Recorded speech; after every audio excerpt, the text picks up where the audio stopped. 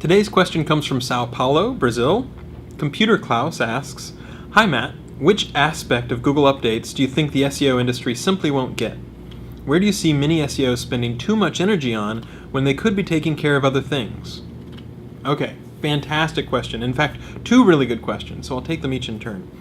Which aspect of Google updates do you think the SEO industry simply won't get? So there's a lot of answers I could give. One is the difference between an algorithm update versus just a data refresh. When you're changing your algorithm, the signals that you're using and how you weight those signals are fundamentally changing. When you're doing just a data refresh, then the way that you run the computer program stays the same, but you might have different incoming data, you might refresh the data that the algorithm is using. That's something that a lot of people just don't seem to necessarily get. But a bigger one that they don't seem to get is, I've seen a lot of accusations after Panda and Penguin that Google is just trying to increase its revenue. And let me just confront that head on. Panda, if you go back and look at Google's quarterly statements, they actually mentioned that Panda decreased our revenue. So a lot of people have this conspiracy theory that Google is like, oh, they're making these changes to make more money. And not only do we not think that way in the search quality team, we're more than happy to make changes which are better for the long-term loyalty of our users, the user experience, and all that sort of stuff. And then if that's a short-term revenue hit, then that might be okay, right? Because people are going to be coming back to Google long-term. So a lot of people, it's a regular conspiracy theory. Google did this ranking change because they want people to buy more ads. And that's certainly not the case with Panda. It's certainly not the case with Penguin. And so it's kind of funny to see that as a meme within the industry. And it's just something that I wanted to debunk that misconception. Panda and Penguin, we just went ahead and made those changes, and we're not going to worry about whether we lose money, we make money, whatever. We just want to return the best users results we can. And the mental model you should have is we want to have the long-term loyalty of our users. We don't want to lock users in, so we have data liberation. People can always get their own data back out of Google. And if we just choose short-term revenue, that might make some money in the short term, but historically we've had the long-term view. If you make users happy, they'll come back, they'll do more searches, they'll like Google, they'll trust Google more.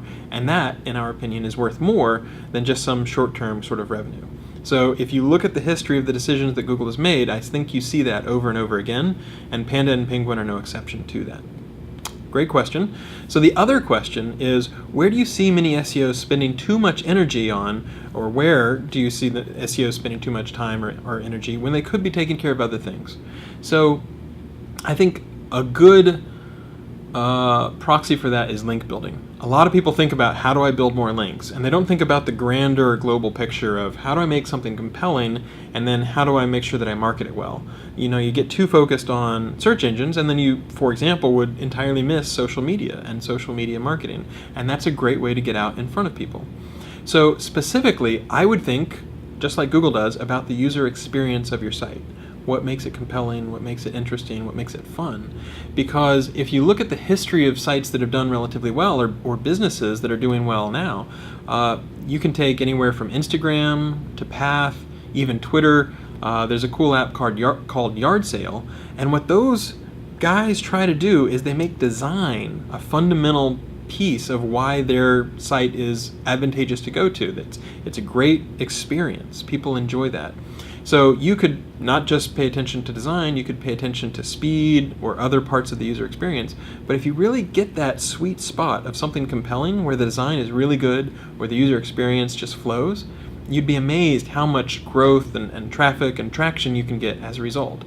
And it's kind of funny. You can think about a site like Craigslist, which is a fantastic site. A lot of people use it.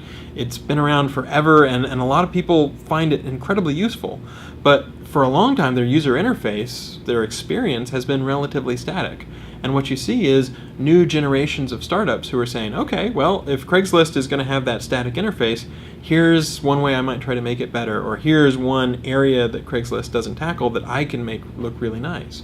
And it's kind of interesting, if you and your website is not moving forward and thinking about how to improve the user experience, other websites will be thinking about how can I do that better, and they might surprise you.